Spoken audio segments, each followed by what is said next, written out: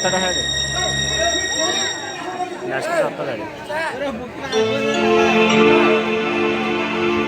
ఇంకా మరి ఏదేమో సొల్లా నేర్పుతుంది కానీ బాగా వచ్చింది.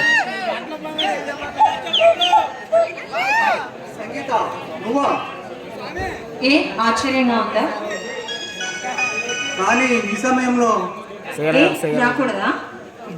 అది కాదు, ఎవరైనా చూస్తే ఏమనుకుంటారు? అంత ధైర్యం ఎవరు చేయలేదు. ఎందుకంటే నేను నాగభూషణం కూతుర్నే కదా.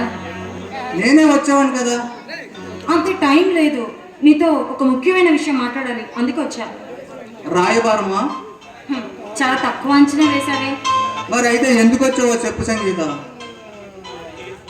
అది దయచేసి ఈ ఊరు నుంచి వెళ్ళిపో కృష్ణ, ప్లీజ్. పిరికి వాడిలా పారిపోమంటున్నావా? కాదు, ఎక్కడికైనా వెళ్ళి బ్రతకమంటున్నాను. ఎందుకు పారిపోవాలి? ఎందుకంటే నువ్వంటే నాకు చాలా ఇష్టం. అది ప్రేమ అనుకుంటావో అభిమానం అనుకుంటావో నీ ఇష్టం. అందుకోసం నువ్వు బ్రతకాలి. నువ్వు బ్రతకాలి అంటే ఇక్కడుంటే నిన్ను చంపేస్తారు. ఇక్కడ నుంచి వెళ్ళిపోవాలి. బ్రతకడం కోసం ఎక్కడికి పారిపోమంటున్నావు సంగీత? ఎక్కడికైనా సరే, కానీ నువ్వు క్షేమంగా ఉండడం నాకు ముఖ్యం. ఎక్కడికైనా సరే ఒక నాగభూషణు ఒక నరసింహం ఉంటారు. బాధ్యతను తప్పించుకుని ఎక్కడికి పారిపోమంటున్నావు?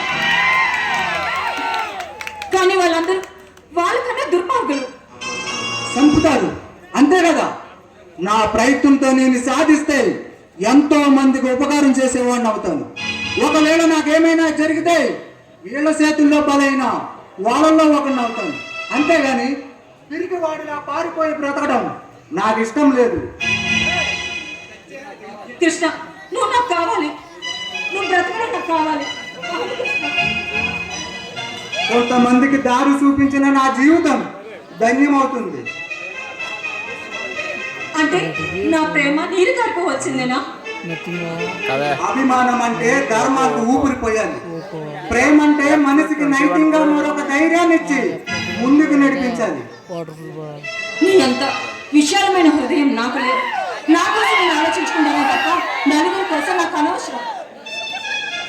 ఈ సమస్యకు పరిష్కారం దొరికిన తర్వాత ఆ దేవునైనా సరే ఎదిరించి ఈ సై నేనందుకుంటాను. కృష్ణ, కానీ కాలం చాలా చెడ్డది. ఏ క్షణాన ఏం జరుగుతోందని భయంగా ఉంది. ముందున్నదంతా నందనవనమే. కాస్త నా కోసం ఓపిక పట్టు. కానీ ఒకటి మాత్రం గుర్తుపెట్టుకో, నా మనసులో నీకు తప్ప మరెవరికి చోట్లేదు.